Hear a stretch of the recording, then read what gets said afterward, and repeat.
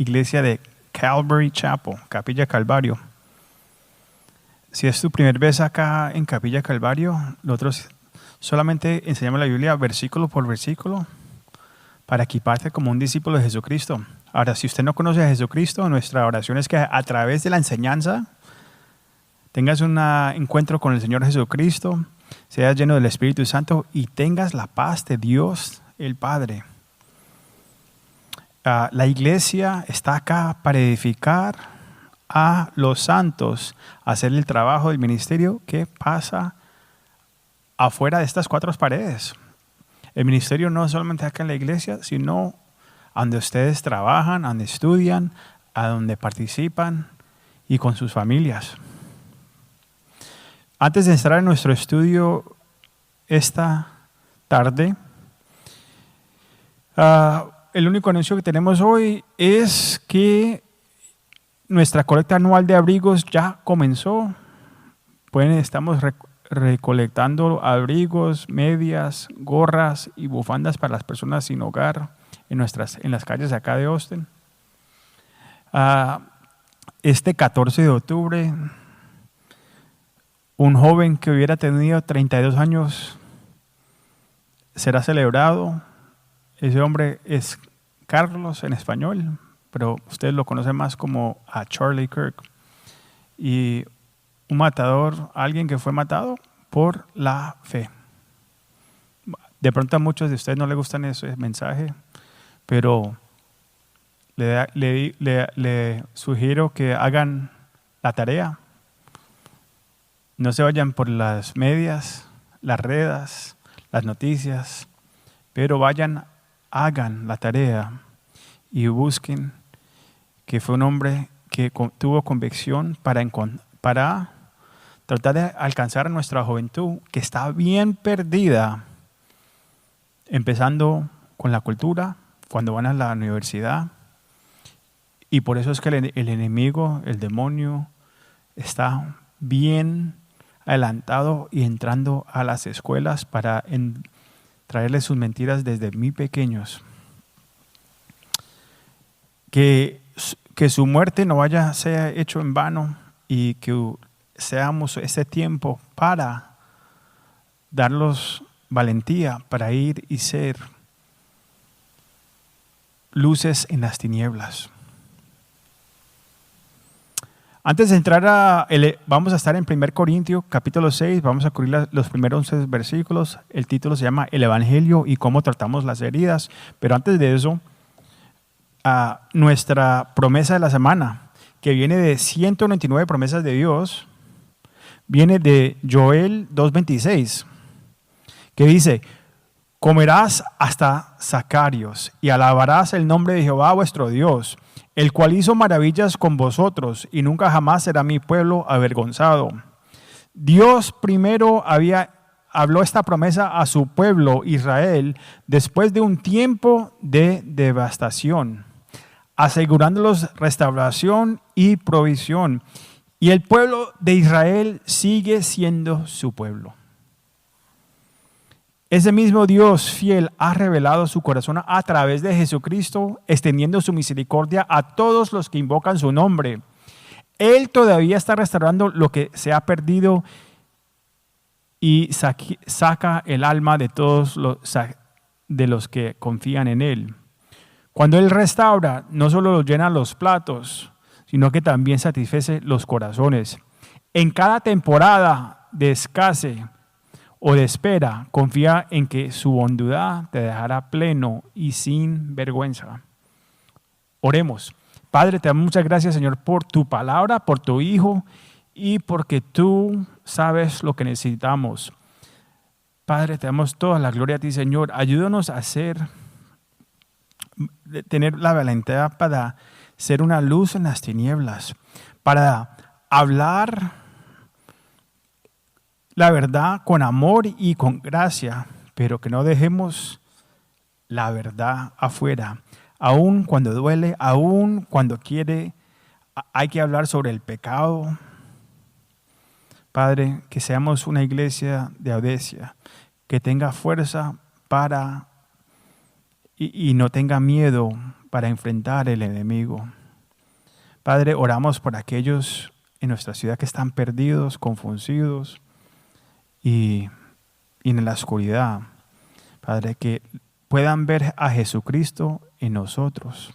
Te damos toda la gloria a ti, Señor. Amén y amén. En el capítulo anterior, capítulo 5, Pablo habló sobre la inmortalidad y a otros comportamientos carnales dentro de la iglesia de Corintio, que son más parecidos a la iglesia hoy en día. Habló de la avaricia, de la idolatría, hasta de la difamación. Ahora continúa exponiendo cómo la inmadurez espiritual se manifiesta en la vida hoy en día. Pablo está escribiendo a creyentes en Corintio que estaban demasiado demandándose unos a otros en tribunales públicos. No se trataba de justicia, sino de orgullo, de heridas y del deseo de ganar a cualquier costo. La iglesia había olvidado quién era. En vez de ser luz al mundo, estaban actuando igual que el mundo. Tal vez hoy no todos nos llevamos a un tribunal, pero sí llevamos nuestras heridas al público. Las publicamos, las comentamos y las guardamos en el corazón. Dejamos que la amargura ocupe el lugar donde debiera crecer la gracia. Las palabras de Pablo no solo son para Corintios, sino para nosotros. Sea acá en los Estados Unidos, en Latinoamérica o a través del mundo. Cuando olvidamos quiénes somos en Cristo, comenzamos a actuar como quien no lo conoce. Pero cuando recordamos lo que Él ha hecho por nosotros,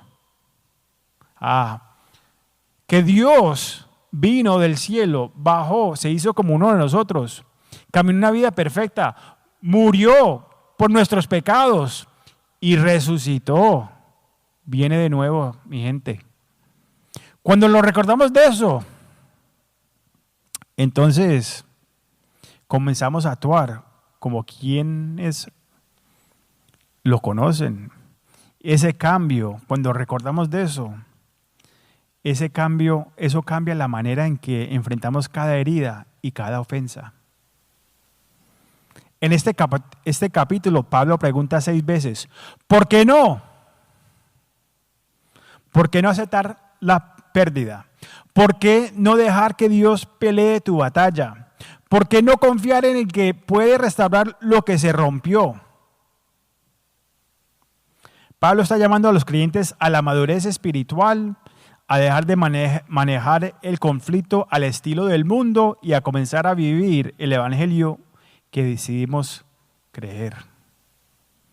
Hoy vemos 3 partes en el desafío de Pablo en 1 Corintios 6, en los primeros 11 versículos.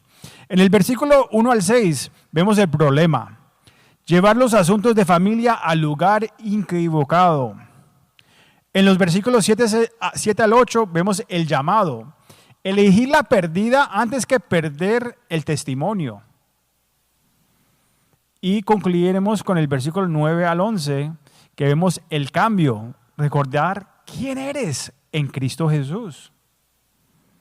Porque cuando recordamos quién somos, lavados, santificados y justificados, entonces todo cambia en la manera en que respondemos al dolor. Amén. Por favor, leamos los primeros 6 versículos juntos.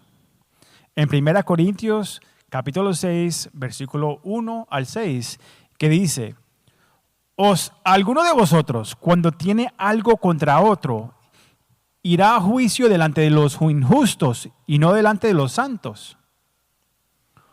¿Es que usted no sabía que los santos han de juzgar al mundo? Y si el mundo ha de ser juzgado por vosotros, ¿sos indignos de juzgar cosas muy pequeñas? ¿O es que no sabías que hemos de juzgar a los ángeles? ¿Cuánto más las cosas de esta vida? Si usted pues tenías juicios sobre cosas de esta vida, ¿pones para juzgar a los que son de menor estima en la iglesia? Para avergonzarnos lo digo, Pues que no hay entre vosotros sabio, ni aun uno que puede juzgar entre sus hermanos, sino que el hermano con el hermano pleitea en juicio, y esto ante los incrédulos. Aquí Pablo comienza de una manera muy fuerte. Los creyentes estaban llevando sus conflictos ante los incrédulos para resolverlos. Era otra evidencia de inmadurez espiritual. Estaban manejando sus problemas con la misma mentalidad del mundo, orgullosos, centrados en sí mismos y buscando hacerlo todo en público. No se trataba solo de demandas, sino de una mentalidad. Y esa mentalidad dice, voy a conseguir lo que me pertenece sin importar el costo. En Corintio las demandas eran un espectáculo. El Bima, un tribunal público, estaba en la plaza central y la gente se reunía para ver los juicios como si fueran entretenimiento. Así que cuando los cristianos llevaban sus disputas ante los incrédulos, estaban exponiendo su ropa sucia ante todo el mundo. Lo que debería haber sido un testimonio de gracia se convirtió en un espectáculo de orgullo. Por eso es que hay que denunciar la falsa sabiduría que tiene este mundo.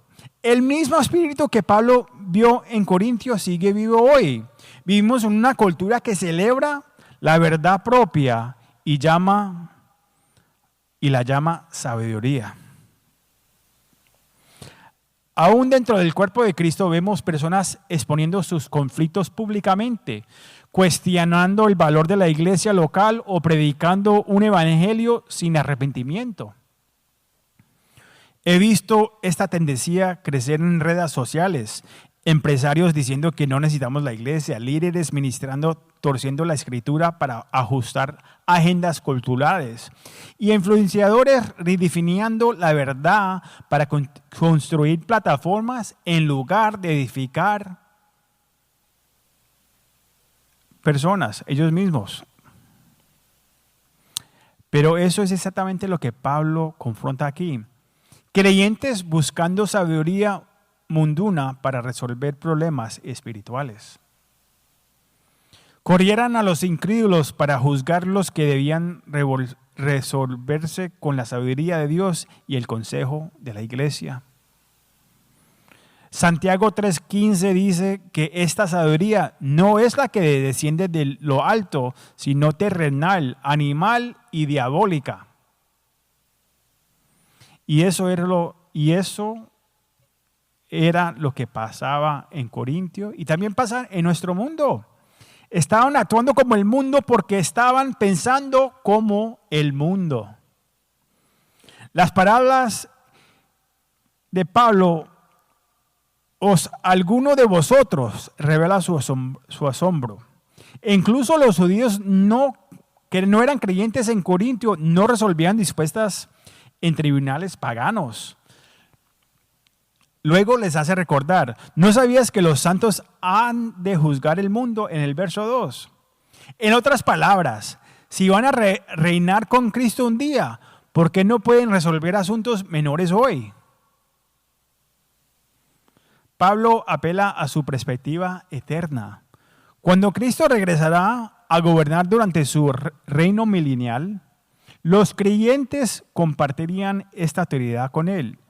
Lo que dice en Apocalipsis 24, dice, y vi tronos y se sentaron sobre ellos los que recibieron factual de juzgar. Jesús también les dijo a los discípulos en Mateo 19:28 que se sentarán en 12 tronos para juzgar a las 12 tribus de Israel. Pablo está diciendo, si van a formar parte de este reino que viene, entonces vivan con discernimiento del reino desde ahora. Abran los ojos, despiértense y vivamos como cristianos. Luego en el versículo 3 añadida, dice, ¿no sabes que hemos de juzgar a los ángeles? Y esto se refiere a los ángeles caídos que se rebelaron con Satanás. Judas 6 los dice, y a los ángeles que no guardaron su dignidad, los ha reservado bajo oscuridad en prisiones eternas para el juicio del gran día. Cuando el enemigo te hace recordar de tu pasado, hácele recordar de su futuro, que va a ser juzgado por Jesucristo. Los creyentes unidos a Cristo participan en afirmar la justicia de ese juicio divino. La lógica de Pablo es poderosa y clara. Si los creyentes están calificados para participar en los juicios eternos de Dios, debieran ser capaces de manejar los asuntos relacionales y espirituales dentro de la iglesia de hoy. Por eso es que el que dice que no se necesita la iglesia no está leyendo su Biblia. La iglesia es necesaria. La iglesia es importante para reunirse como familia, para discutir y ayudarnos cada uno a nosotros, para aprender más del Señor, para levantar los hombros, vivir esta vida juntos, porque esta vida no es fácil. Y para la corrección, para alentarlos uno al otro y para traer nuestras dificultades, porque somos caídos, hemos caído y aunque por su gracia somos salvos, todavía no estamos perfectos y no seremos perfectos hasta que el día que el Señor venga y nos dé un nuevo cuerpo. Pecamos. Nuestra carne le gusta comer y a veces le damos más a la carne que al espíritu. Sin embargo, en lugar de llevar sus problemas a hombres y mujeres del espíritu en la iglesia, los estaban presentando ante aquellos que rechazaban a Dios. Están buscando consuelo del mundo. El verso 5 lo resume. No hay entre vosotros sabio ni aun uno. ¿Qué pasó? Pablo llama a la iglesia a levantar creyentes maduros que puedan restaurar la unidad en lugar de alimentar la división. Por eso es nuestro deseo es ver quién es fiel en la oración, viniendo y levantar como Moisés levantó. Después que el suegro Yetro le dijo, usted no puede hacer todo ese trabajo solo, tienen que levantar a otros líderes que te ayuden a administrar las cosas del reino de Dios. A las disputas, a las cosas que están pasando en la iglesia, entre la gente. Mire, cuando llevamos nuestros dolores al mundo, en lugar de la palabra de Dios, perdemos nuestro testimonio. La iglesia debiera ser el lugar más seguro para resolver los conflictos, no el lugar de cuales huimos. Y el Señor nos ha llamado a huir el mundo. Entonces, ¿por qué seguimos regresando al mundo? Antes de publicar, discutir o actuar movidos por el orgullo, debiéramos detenernos y preguntar, ¿estoy manejando esto de una manera que honra a Cristo? ¿Estoy mostrando al mundo que el evangelio transforma o simplemente les estoy mostrando que otro pleito más? Y eso es lo que está viendo el mundo hoy en día. Sea la división sobre Charlie Kirk, sea la división en la industria música. Hay tanta división en el reino de Dios. Y es muy triste porque la única oración que el Señor todavía está esperando que se cumpla es que su iglesia sea una. La pregunta de Pablo resuena a través de las generaciones. ¿No sabías? Porque cuando olvidamos quiénes somos, comenzamos a comportarnos como quien no conocen a Cristo Jesús. Veamos el llamado, elegir la perdida antes que perder el testimonio. ¿Qué quiere decir eso? Pues leamos versículos 7 y 8. Así que, por cierto, esa ya una falta en vosotros, el tener pleitos entre vosotros mismos, porque no sufrís más bien el agravio, porque no sufrás más bien el ser defraudados. Pero vosotros cometéis el agravio y defraudás, y esto a los hermanos. Pablo no suaviza sus palabras acá. les dice claramente que llevarse uno a otros a los tribunales, a las cortes, ya era una derrota espiritual. Sin importar quién ganara el caso ante los ojos del mundo, ambos lados pierden cuando llevan su disputa ante los incrédulos. Lo llama por lo que es, una falla total. No un pequeño error o un malentendido, sino una pérdida absoluta, porque mina el testimonio de la iglesia y el mensaje del evangelio. En lugar de luchar por tener la razón, Pablo los reta a hacer algo completamente contrario a la lógica del mundo. Aceptar el agravio, estar dispuestos a perder.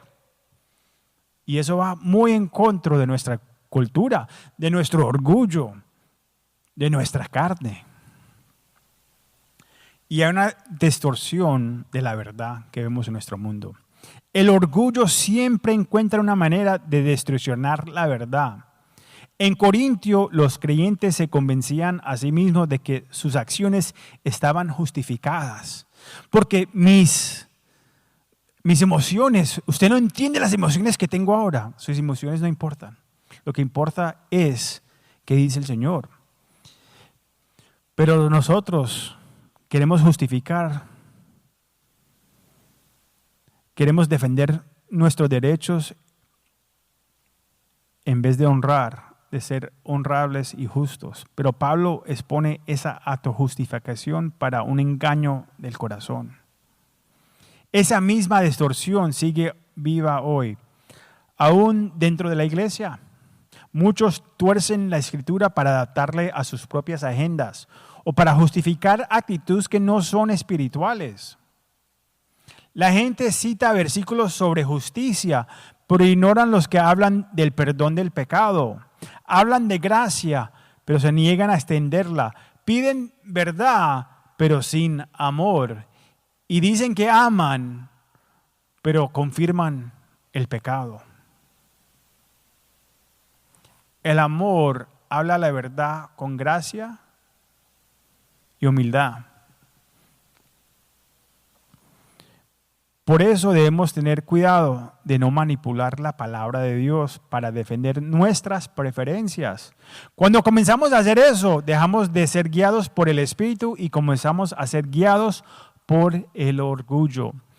Isaías 5:20 advierte: ay de los que lo malo dicen bueno y lo bueno malo, que hacen de la luz tinieblas y de las tinieblas luz. Y esto no es lo que vemos en nuestro mundo hoy. Esto era exactamente lo que pasaba en Corintio también. Los creyentes estaban tomando algo vergonzoso y lo estaban haciendo parecer aceptable. Justificaban su comportamiento porque se sentían ofendidos. Pero Pablo les dice: ¿por qué no sufrís más bien el agravio? El desafío de Pablo es radical. No está sugiriendo que ignoremos el pecado o que permitimos el abuso, sino que está mostrando que el costo espiritual de la venganza es mucho mayor que la pérdida material de ser agraviado. La palabra falta acá en el versículo 7 proviene del griego hetemea, que significa derrotar, pérdida o fracaso. Es la misma palabra que se usaba para describir un derrote militar, una caída completa de propósito. Pablo está diciendo que cuando los cristianos se demandan entre sí, están declarando derrota ante el mundo. Luego dice: ¿por qué no sufrís más bien el agravio? ¿Por qué no sufrís más bien el ser defraudados? Son palabras que pertrenan el alma. En esencia, Pablo los está llamando a volver al ejemplo de Cristo mismo. Recuérdense a Jesucristo, fue agraviado, traicionado y crucificado. Y aún así no respondió con venganza. Tenía todo el poder. 1 Pedro 2:23 dice: quien cuando lo maldicen no respondía con maldición, cuando padecía no amenazaba, sino encomendaba la causa al que juzga justamente, el Señor. Ese es el corazón de lo que Pablo enseña. Cuando dejas que Dios pelee tus batallas, no están rendiéndosete, estás apartándote para que su justicia sea manifestada. En el verso 8, Pablo revela la verdad más dura. Pero vosotros cometéis el agravio y defraudas a los hermanos. La ironía es impactante. Los que clamaban por justicia se estaban comportando injustamente. En lugar de ser víctimas, se habían convertido en ofensores. Y así no es el pecado. Nuestro pecado se ve peor en la otra persona. Miramos el polvito que tiene en el ojo y tenemos un palo en el ojo, dice la palabra del Señor. En Mateo.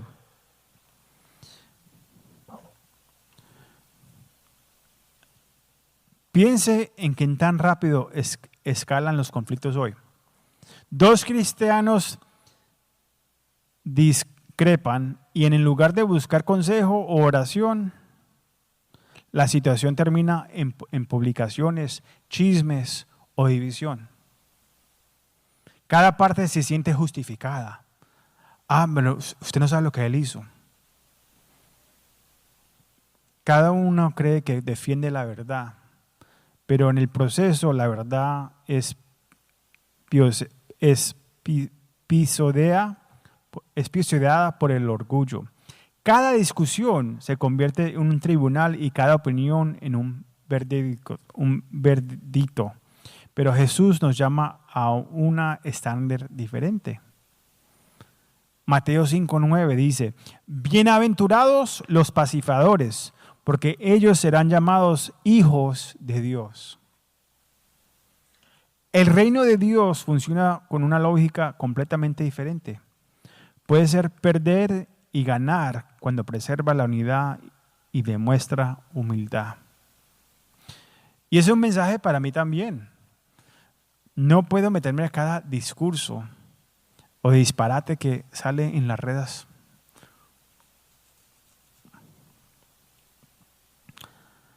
La pregunta de Pablo en el verso 7 sigue siendo profunda. ¿Por qué no sufrís más bien el agravio?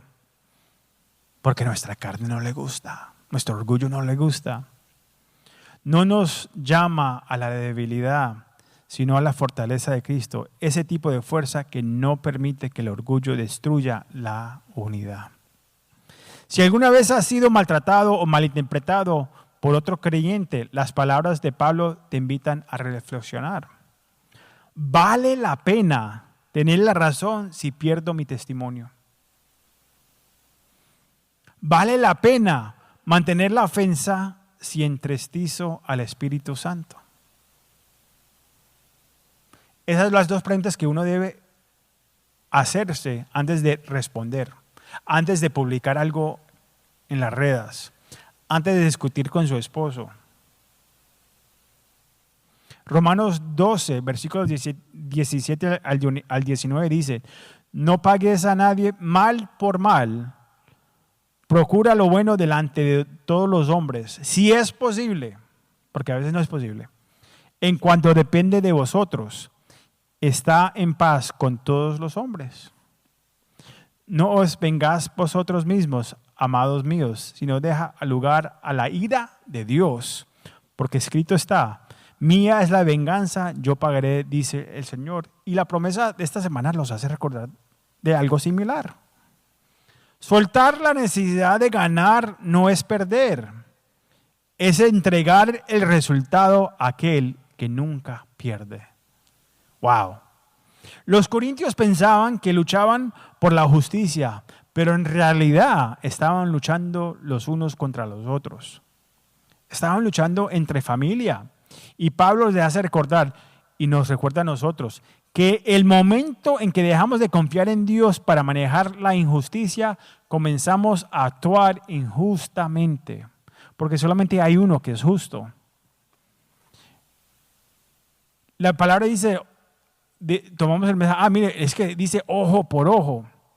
No, usted me saca el ojo y yo quiero quitarle el ojo, la pierna, la mano, el corazón. Quiero más. Nosotros no sabemos vengar. Por eso es que necesitamos un cambio. Recordando quién somos, quién eres. Y acá concluimos nuestro mensaje de los últimos 3 versículos, del 9 al 11, que dice: ¿No sabías que los injustos no heredan el reino de Dios? No heredarás ni los fornicadores, ni los adulterios, ni los afemenidos, ni los que se echan con varones, ni los ladrones, ni los avaros, ni los borrachos, ni los maldicientes, ni los afoderados heredarán el reino de Dios. No me digan que la palabra del Señor no habla sobre la homosexualidad. Acá le acabo de decir que es pecado. Y estos eras algunos, más ya habías sido lavados, ya habías sido santificados, ya habías sido justificados en el nombre del Señor Jesucristo y por el Espíritu de nuestro Dios, el Espíritu Santo. ¡Wow! Pablo concluye esta sección regresando al fundamento de su identidad. Pasa de la confrontación a la identidad que tenés en Cristo Jesús, de cómo estaban actuando a quienes son en Cristo. Después de abordar la división, las demandas y la autojustificación, Pablo le recuerda lo que realmente está en juego: su testimonio, su llamado y su herencia. Pablo comienza con una advertencia firme. ¿No sabías que los injustos no heredarán el reino de Dios? No erres. Esa frase, no erres, es una alarma pastoral. Escuchen la alarma acá. Está advirtiendo a los creyentes que no permitan que la cultura redefine el pecado, ni que silencie la convicción. Los corintios estaban rodeados de inmoralidad. El templo de Afrodita dominaba la ciudad y el pecado sexual era parte de la identidad cultural. ¿Y no lo vemos hoy en día? Que la están metiendo por donde sea. El Super Bowl con Bad Bunny, la cultura, las redes, las escuelas. Acá al lado de nosotros estamos en pleno centro de Austin. Y acá, este restaurante acá, celebrando hoy, esta mañana, un brunch, un almuerzo de desayuno y lonche ahí para mujeres, mujeres no es la palabra, no sé cómo se dice en español, drag, hombres vestidos de mujeres, celebrando. Nuestro deseo es que hayan visto las banderas nuestras y que haya arrepentimiento, que digan, siento que el Señor me está jalando, y que entren por estas puertas para arrepentirse, porque nadie es incapaz de recibir la gracia del Señor, porque aún éramos nosotros pecadores. Hoy somos pecadores salvos por gracia, pero había un momento que solamente éramos pecadores y no caminamos con el Señor. No queríamos escuchar nada del Señor, pero todo cambia por su gracia. Pablo deja en claro que el pecado no arrepentido es incompatible con el reino de Dios. No es compatible. La lista que presenta no busca señalar a individuos específicos, sino a describir estilos de vida que revelan un corazón que no ha sido tocado por la gracia del Señor. Los nombra sin rodeos: inmoralidad sexual, idolatoria, adulterio, homosexualidad, robo, avaricia, invergüenza, difamación y estafa, borrachos, no solo son actos de pecado, sino estilos de vida que rechazan la autoridad de Dios. No podemos regresar a ese estilo de vida, de lo que el Dios nos ha salvado y rescatado. Las palabras de Pablo no son para condenación, sino para claridad. No están hablando de quienes luchan con el pecado y se arrepienten, sino de quienes viven en pecado y se niegan a cambiar. Hay una diferencia.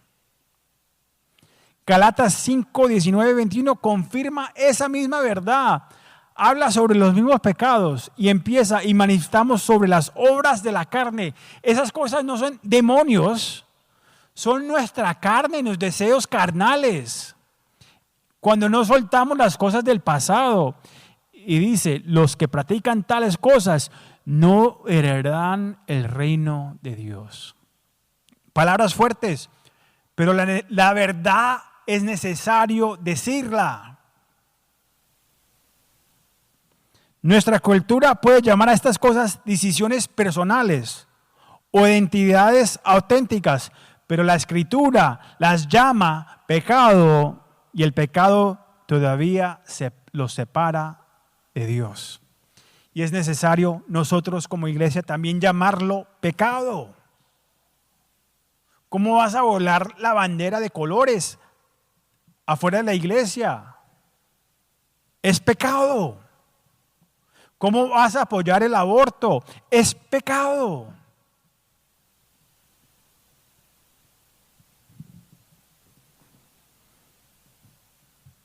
Por eso Pablo dice, no heredes, porque el engaño es sutil. Te dice que puedes pertenecer a Dios y seguir viviendo como el mundo.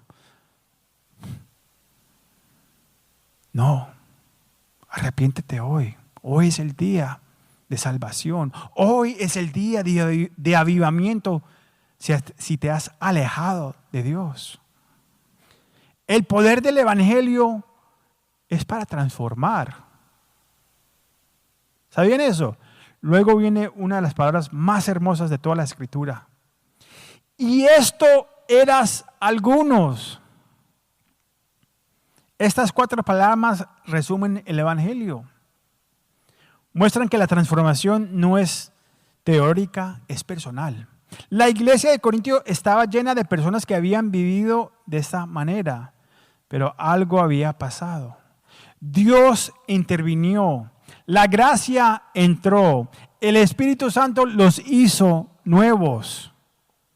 Y Pablo sigue, mas ya había sido lavados, ya había sido santificados, ya había sido justificados en el nombre del Señor Jesucristo y por el Espíritu de nuestro Dios.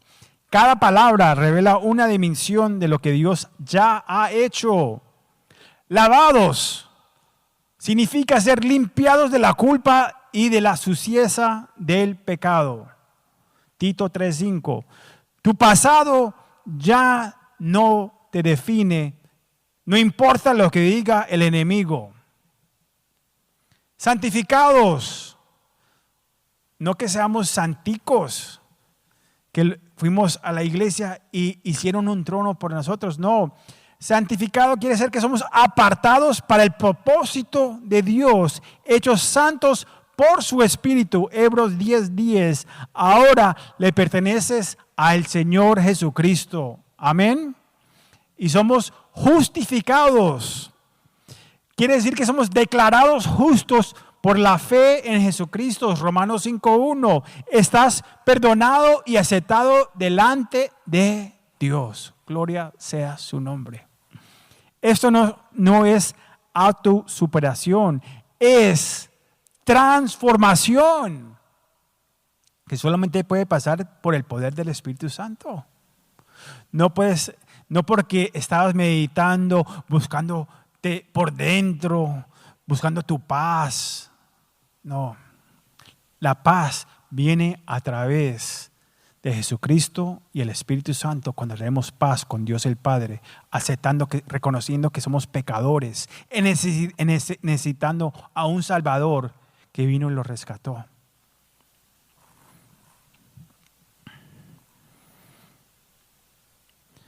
No saliste del pecado por tus fuerzas. Cristo te sacó del hueco. No fuiste reformado, fuiste renacido. 2 Corintios 5:17 dice, de modo que si alguno está en Cristo, nueva criatura es. Las cosas viejas pasaron, he aquí todas son hechas nuevas. Wow. Eso es lo que Pablo quiere que te recuerdes. Estaban actuando como el mundo porque habían olvidado quién eran en Jesucristo. Imagínense a un hombre que ha sido liberado de prisión después de cumplir su condena. Ha sido perdonado, se le ha dado ropas nuevas y una nueva oportunidad. Pero cada día sigue caminando como si todavía estuviera tras las rejas, a la defensa, con miedo, viviendo bajo la sombra de su pasado.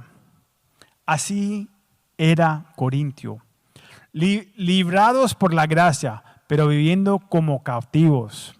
Y así son muchos creyentes hoy, perdonados, pero sin caminar en libertad, limpios, pero aún cargados con la vergüenza, justificados, pero viviendo como si Dios todavía los condenara. La batalla está en la mente. Por eso es que hay que tomar cada cosa de la mente captiva y dársela al Señor. Pablo está diciendo, dejen de vivir como quien eran y empiecen a caminar como quien son. Son libres en Jesucristo. El que el Señor ha librado, Él está libre. Las palabras de Pablo nos recuerdan que el Evangelio no se trata de fingir que el pecado no importa, sino de mostrar que la gracia es más grande que el pecado. Si has sido lavado, santificado y justificado, tu vida debe reflejar ese cambio. No puedes decir que has sido limpiado y seguir revolcándote en el lodo.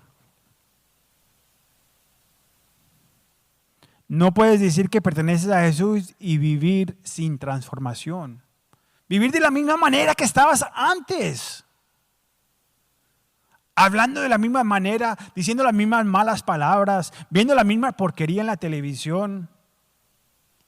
¿A dónde está la transformación?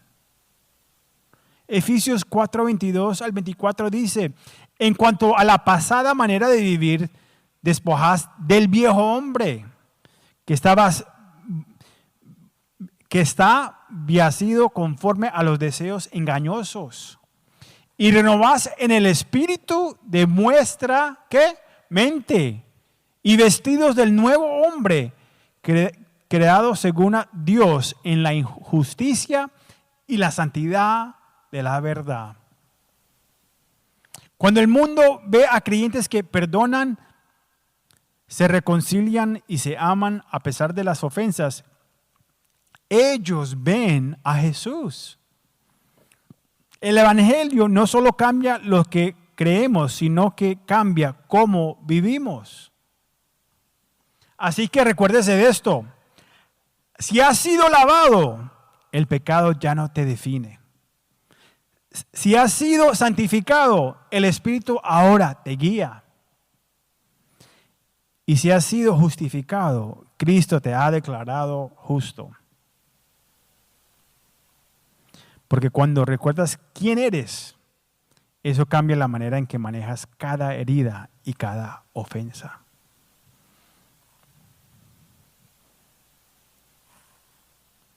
Concluimos recordando quién somos en Cristo. Pablo no escribió estas palabras para avergonzar a la iglesia, sino para restaurarla. Él los llamó a recordar lo que el Evangelio ya ha hecho en ellos y en ustedes. En lugar de seguir viviendo como si todavía estuviera bajo condena, los invita a vivir como hijos redimidos. El problema en Corintio no era solo que se demandaba unos a otros, era que habían olvidado quién eran en Cristo. Se habían dejado llevar por el orgullo, por el deseo de tener la razón y por la voz del mundo que les dice que ganar era lo más importante. El dinero a cualquier costo. Pero el Evangelio enseña algo diferente, que la verdad verdadera victoria está en la humildad, en el perdón y la obediencia a Dios. Cuando te recuerdas que has sido lavado, santificado y justificado, algo cambia en nosotros y en usted. Ya no reaccionas igual, ya no respondes con ira, ya no guardas resentimiento. Empiezas a ver tus heridas a través de la cruz. Y la cruz te recuerda que no hay ofensa tan grande que no puede ser cubierta por la gracia de Dios. Así que cuando alguien te ofende, cuando te sientas injustamente tratado, pregúntate, ¿estoy manejando esto como el mundo o como alguien que ha sido transformado por Cristo? Porque la manera en que manejamos las heridas revela si realmente entendemos el evangelio que predicamos. Ahí es cuando las cosas se ponen real. No, es que yo soy un cristiano hoy tan santo, y después viene la herida, la traición. Y ahí vemos si realmente eres cristiano. El Señor nos llamó a ser diferentes, a resolver nuestras diferencias con amor, a no exponer nuestras luchas ante los incrédulos, sino a buscar restauración dentro del cuerpo de Cristo. Y cuando lo hacemos, mostramos al mundo un testimonio poderoso, que Jesús no solo cambia nuestras palabras, sino también nuestras reacciones, nuestras relaciones y nuestras respuestas. Oremos. Señor, gracias porque tu palabra nos recuerda quién somos en ti. Gracias porque aunque fuimos indignos, nos lavaste, nos santificaste y nos justificaste por medio del Señor Jesucristo. Perdónanos por las veces en que hemos actuado con orgullo o con dureza de corazón. Ayúdanos a responder con gracia, a perdonar con humildad y a confiar en ti cuando nos sentimos heridos o injustamente tratados. Señor, restaura nuestros corazones, enséñanos a manejar nuestras diferencias de una manera que te honra tu nombre, Señor. Haz que seamos una iglesia que ama, perdona y refleja tu carácter en todo lo que hace. Y cada vez que enfrentamos una ofensa o una herida, recordemos que somos tus hijos, lavados, santificados y justificados. Gracias, Señor, te damos. Que nuestras vidas sean un reflejo vivo en el poder transformador del Evangelio. Oramos todas estas cosas en el nombre de Jesús de Nazaret, el Señor que vino por nosotros, nuestro Dios crucificado y resucitado y que viene de nuevo. Amén, amén. Y la iglesia dice, Maranatha, bien,